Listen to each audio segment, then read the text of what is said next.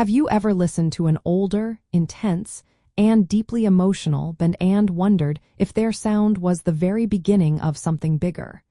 It is fascinating how certain groups can truly define an era.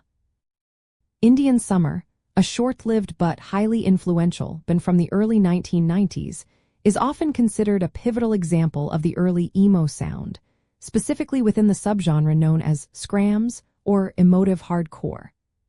They definitely representing a raw, passionate, and highly influential facet of what would become the broader emo landscape. The early emo sound was not a singular, easily defined style, but rather a dynamic evolution stemming from hardcore punk in the mid-1980s. This era, often called first wave emo or umocore, saw bands like Rites of Spring and Embrace adding more introspective and melodic elements to their aggressive sound.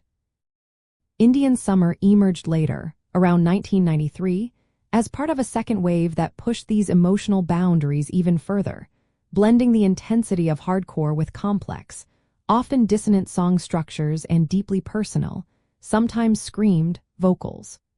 Their music was less about traditional song structures and more about a cathartic releases of emotion.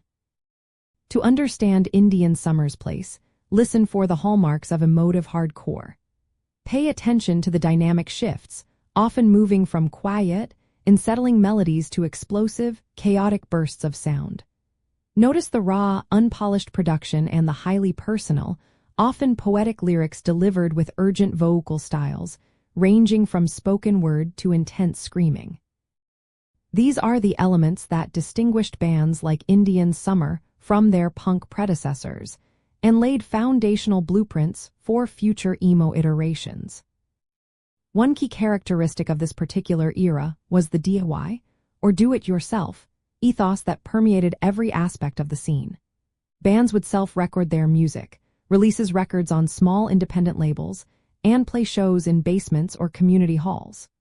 Indian Summer was a quintessential example, releasing only a handful of 7-inch records and EPs during their short existence, which amplified their cult status and underground appeal.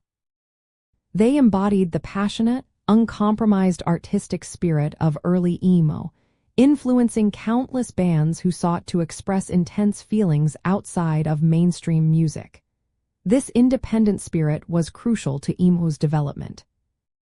Ultimately, Indian Summer stands as a powerful testament to the diversity and depth of early emo, embodying the passionate, experimental spirit that dared to infuse hardcore punk with raw and bridled emotion.